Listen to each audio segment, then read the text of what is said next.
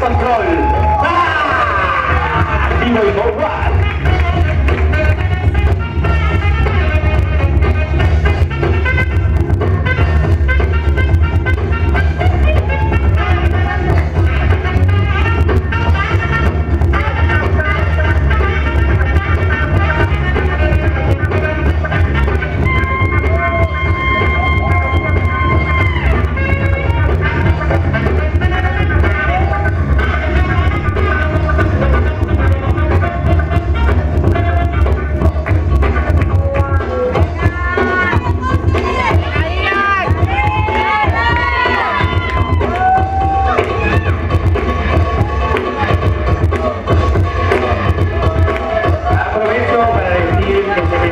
Los profes, porque viene el show de profesores.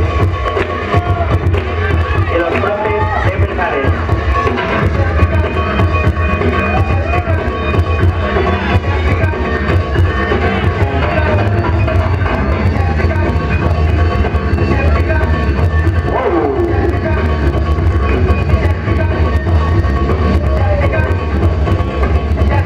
Actitud.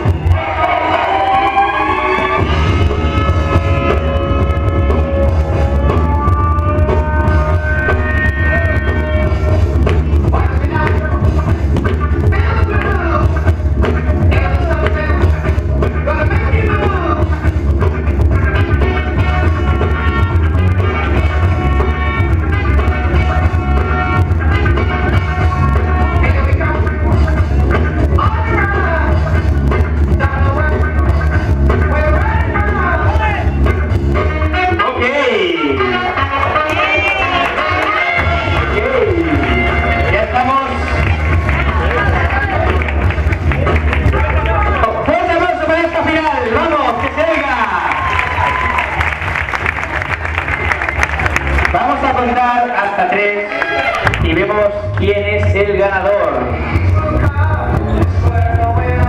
Bueno, mejor aún, vamos a poner al jurado aquí delante.